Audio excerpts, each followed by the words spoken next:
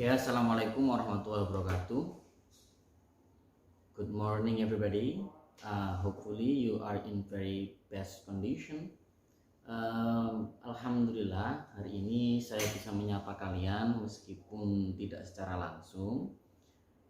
Khususnya untuk siswa-siswi baru MTS Ilmu Al-Quran. Perkenalkan, nama saya Muhammad Syamsul Rizal Firdaus.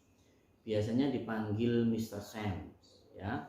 Jadi nanti untuk beberapa pertemuan ke depan, Mr. Sam akan mengajak teman-teman untuk have fun atau bersenang-senang menggunakan bahasa Inggris.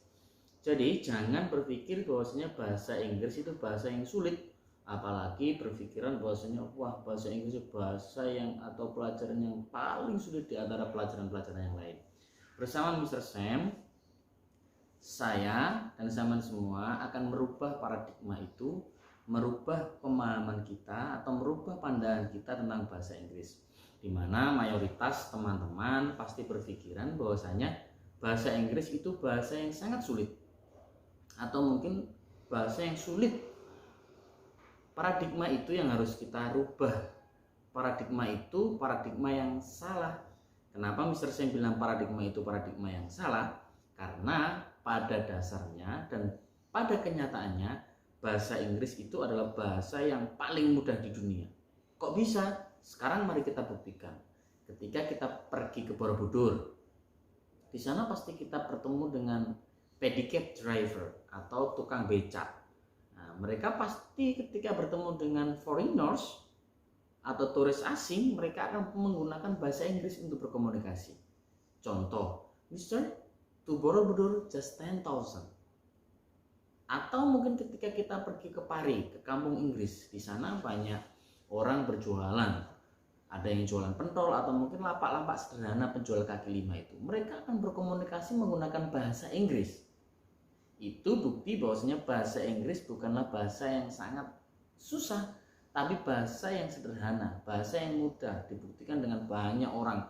Ada tukang becak, ada tukang jualan pentol, ada tukang ojek, mereka bisa menggunakan bahasa Inggris. Nah, kita sebagai siswa yang sudah belajar bahasa Inggris kurang lebih 6 tahun di MI dan ditambah lagi nanti di MTS dan MA 6 tahun, 12 tahun, harusnya kita bisa lebih handal atau lebih menguasai daripada mereka.